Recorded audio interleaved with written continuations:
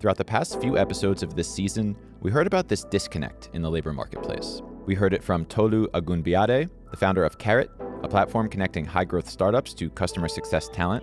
How do you bridge the gap between what schools teach and what the world needs? Everybody says it's in some form that they're in jobs, but then employers are saying that they're not employable people out there. And I was just like, there is this disconnect.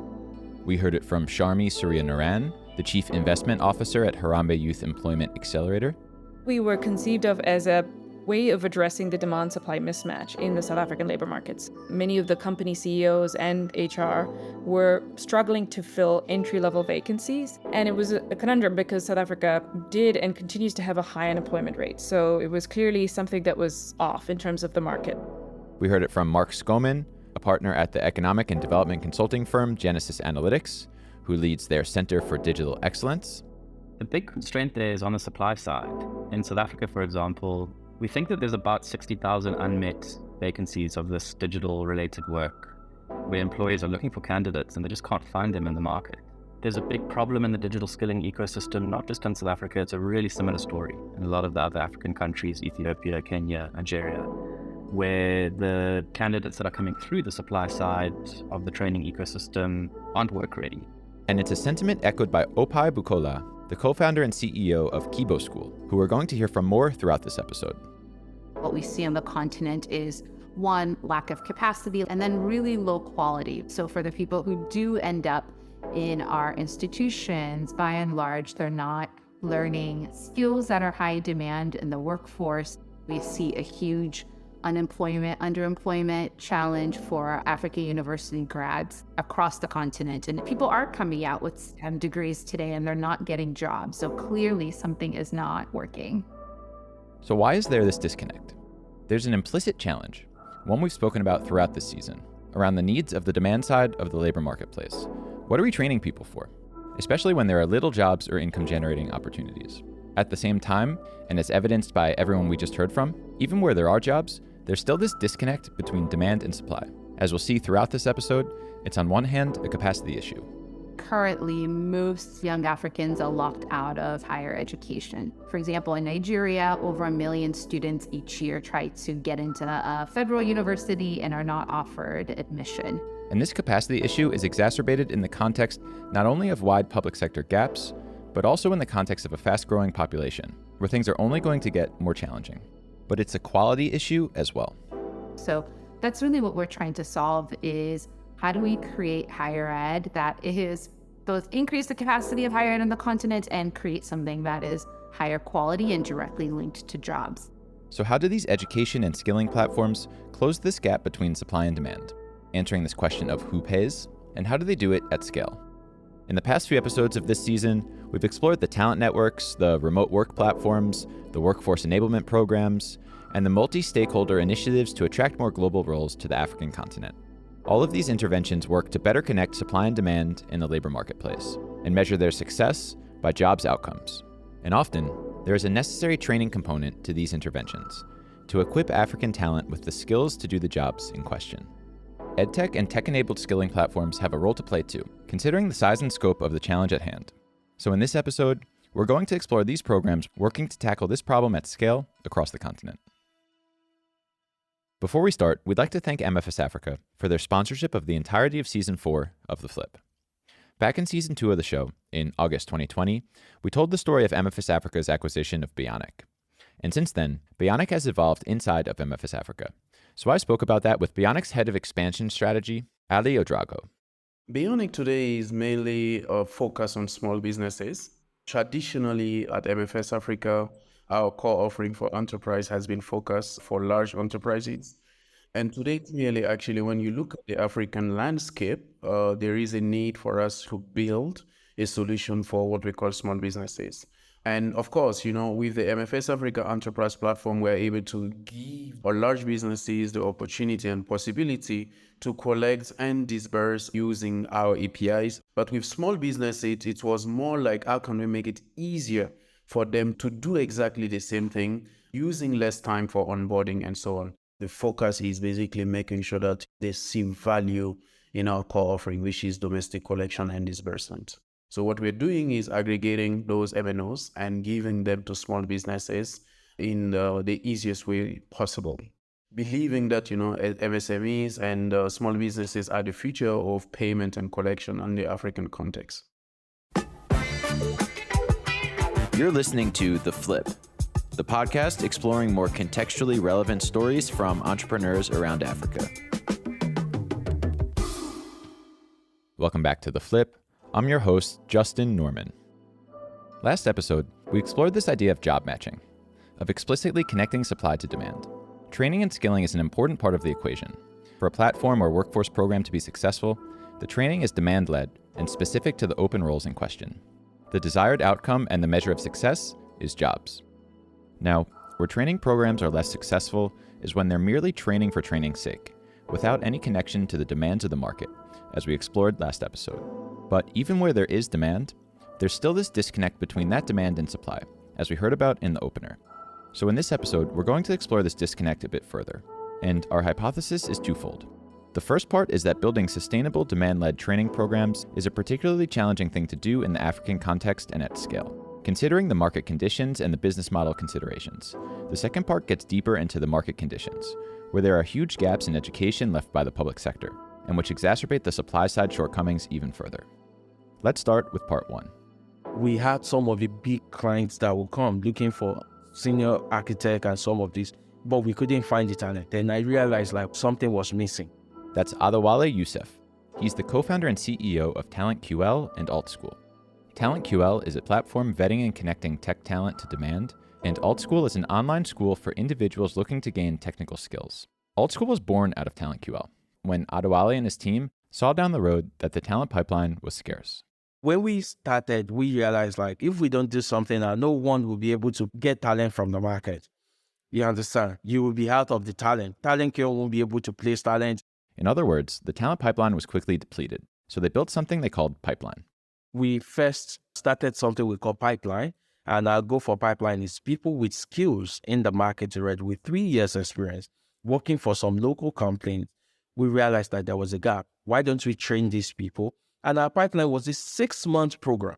And we were amazed at the result we got from Pipeline because 80% of these people got a job. So from training and developing a pipeline of talent for TalentQL, the recruiting business, Adewale and his team had something that was in demand and creating meaningful results in the market. And that was why we realized, let's now scale this up. And that was when we started AltSchool. But what is interesting about AltSchool is its business model. Back to this question of who pays. It's not a program supported by TalentQL's recruiting business.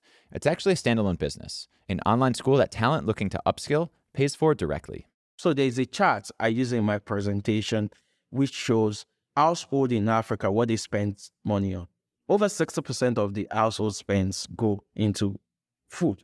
But the next after food, which is 6%, is education, which means we care about education. So in an environment of low discretionary spending, AltSchool was built from a willingness for African households to pay for education. So a lot of people focus on the 60%. I focus on the 6%. What can we do with this 6%? And the question we ask is, what can this household pay for something that would transform their lives, their children's life, or their family members' life? And that was when we came with a ridiculously low pricing model. That pricing model at the moment is $30 per month, $80 per quarter, or $290 per year. So we realized we have to find a way to make it a sustainable business if we want to scale this, and also we want to make it a whole company. And now AltSchool is a major company, TalentQL is now a subsidiary. Now, I'd like to go on a bit of a digression for a moment before coming back to AltSchool, because I think this business model question is an important one. How do we train talent at scale? And as we heard from in episode 3 with Andela, global employers and product companies in particular want experienced talent. And when the business model is tied to talent placements, resources are then put towards the talent that is most likely to be placed. There's an inherent tension with being a recruiting agency, where recruiting agencies typically price themselves by making a percent placement fee based off of someone's salary. That's Chris Quintero, the founder of StackShift, a talent network based in Lagos. And so because of that, you're always incentivized to work with the most senior people and the highest paid people possible, which is kind of directly at odds with the impact that we want to be having. And that's inherently the challenge Chris and Adewale and other EdTech founders are trying to figure out in this market context. But like, I know of no other way to fund these kinds of programs, because before founding this, I went and looked and spoke to maybe 100 different EdTech founders around the world who are doing different coding boot camps and different models of tech training, and no one's figuring it out. Like, ISAs aren't a panacea. That's income share agreements, where talent is given free training in exchange for a share of their income once they start working. But longer term, like, there are some like fundamental tensions there with being a recruiting agency and trying to have an impact by working with more junior talent. And that's the bet AltSchool is making, that they can work with junior talent by charging them directly, and then that talent ultimately ends up as pipeline into Talent QL. And within that, AltSchool has had to get really good at developing curriculum that's in line with the demands of the market.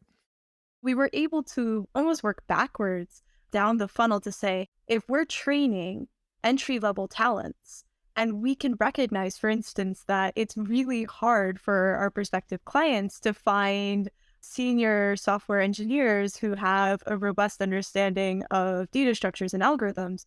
What happens if within the first semester at AltSchool Africa, we're training people about data structures and algorithms? That's Carlin Henikoff, AltSchool's chief of staff. And so because we have these shorter form programs, we can ensure every time that we launch a new cohort, if we only have to think about what's going to be relevant 6 months from now, we can ensure that the skills that we're covering, the projects that we're asking students to complete are going to be something that isn't out of date by the time that they graduate. Chris shared a similar sentiment. When it comes to like specifically training around job skills, I'm like much more interested in figuring out how to shorten the feedback loop between what companies need and like what talent has. People bemoan like how outdated universities are, and it's totally true, but I also like empathize with them, where it's just like a really hard problem to like figure out what companies will find useful. These shorter feedback loops are important, not only from a program design perspective, but they're particularly important in the context of the urgency of the problems at hand. Here's Adewale. But right now, we just need skills. And that's exactly the problem we're trying to solve here.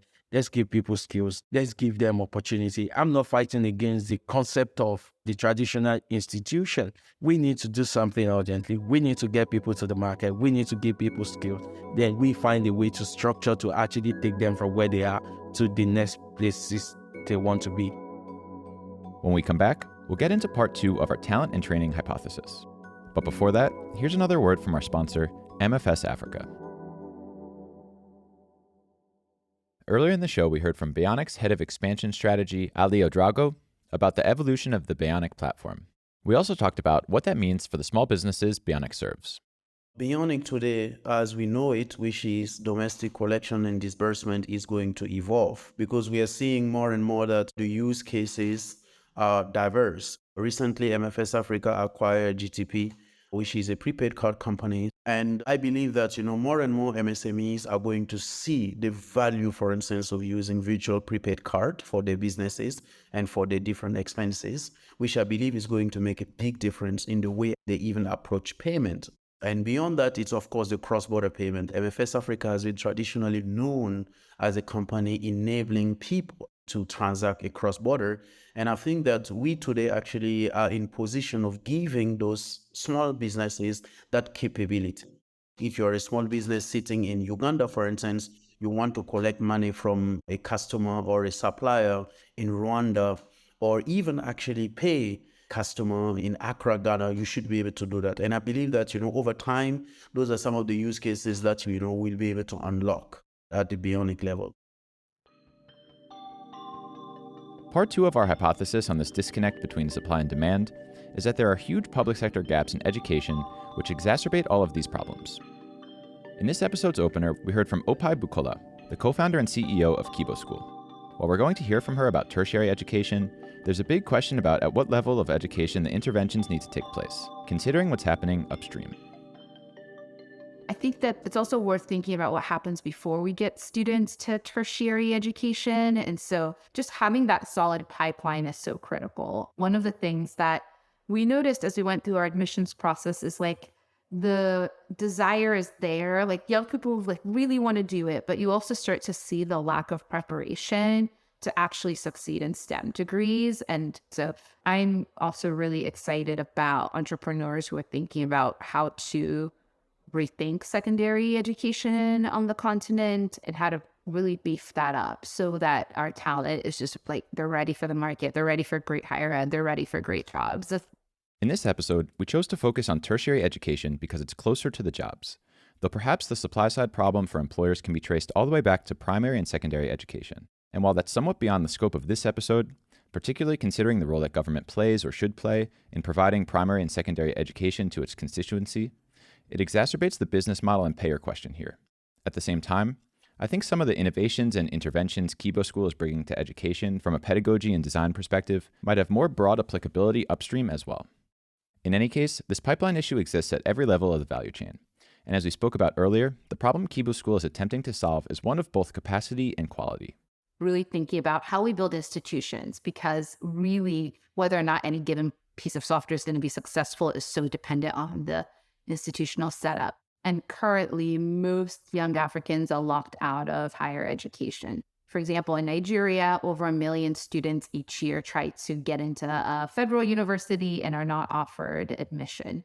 So higher ed is a mainstream product. It's going to remain that way for a long time. But what we see on the continent is, one, lack of capacity, like I just mentioned, and then really low quality, right? So for the people who do end up in our institutions, by and large, they're not learning skills that are high demand in the workforce.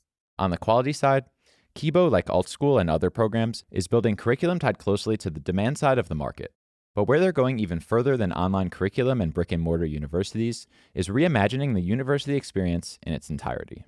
That's actually been one of the really cool things about getting to design it from scratch, is we could say, okay, what do like typical, very academic computer science degrees do when it comes to theory? What do the boot camps and the sort of last mile training do?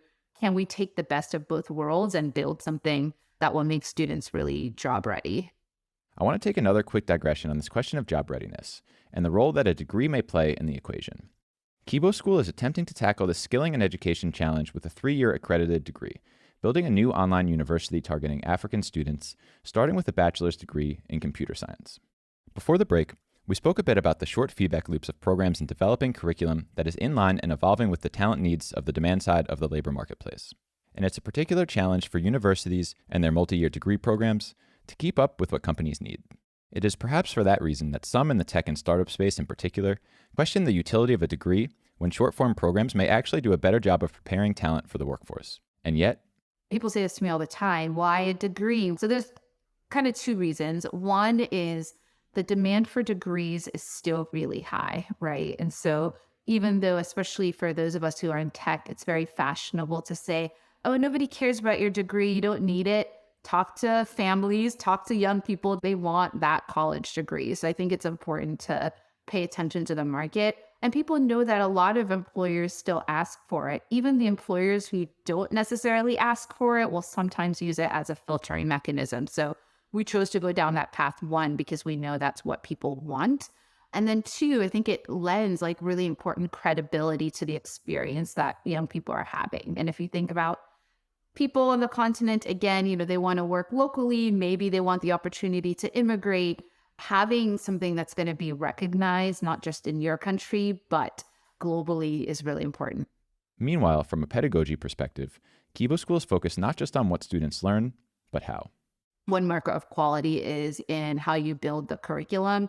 And then I think the other marker of quality is just like, I would say, the pedagogy and how you deliver the learning. So we need to make sure that your learning really mimics what you're doing at work, meaning lots more submitting projects, actually working with other people. Like, software is not built alone, it's built in teams, and ensuring that the way students learn mirrors what they'll be expected to do in professional practice. Here's what this looks like in practice.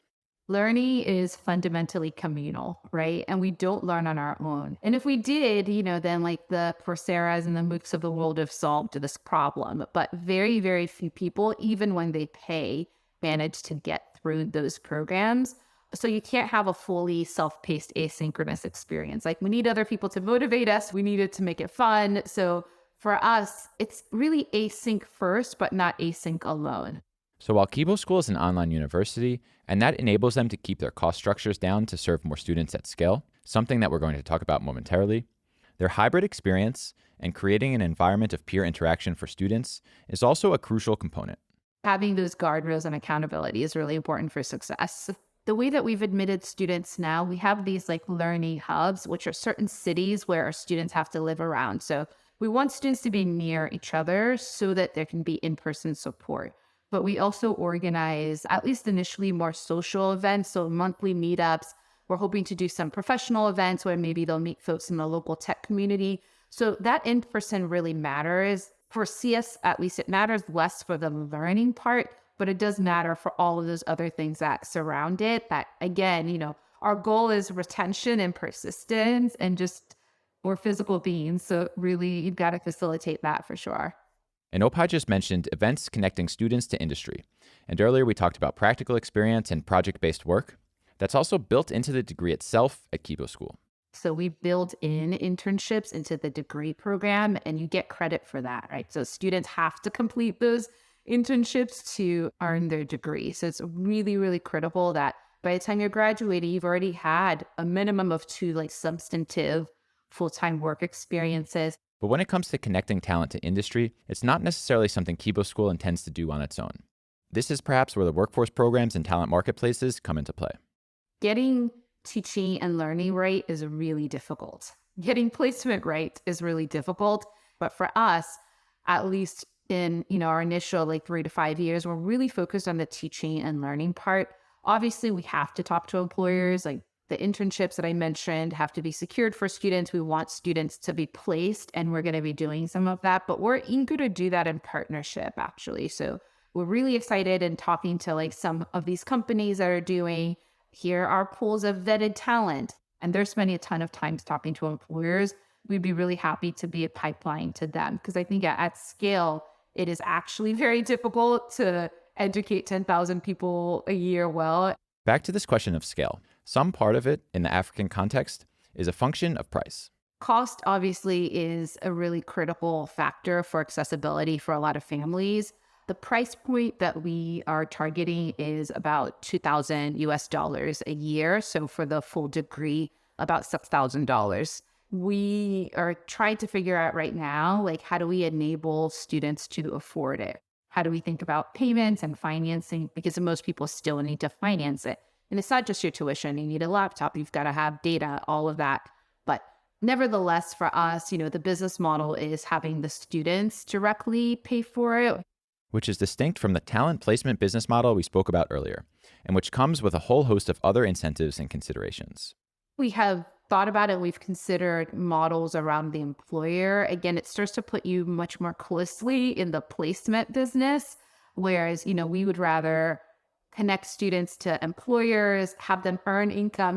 We want them to get paid internships so that they can pay for their degree, but we're less interested, at least at this point, in setting up direct placement fees to employers. The goal, again, is scale. What we're trying to get is 100,000 students in the first decade. And I think that's very possible. And the focus is really on trying to be an institution that changes people's lives. And that's what we want at Kibo. I always say to our team, we want it to feel like an elite experience, but not elitist. And this might even mean working with other institutions.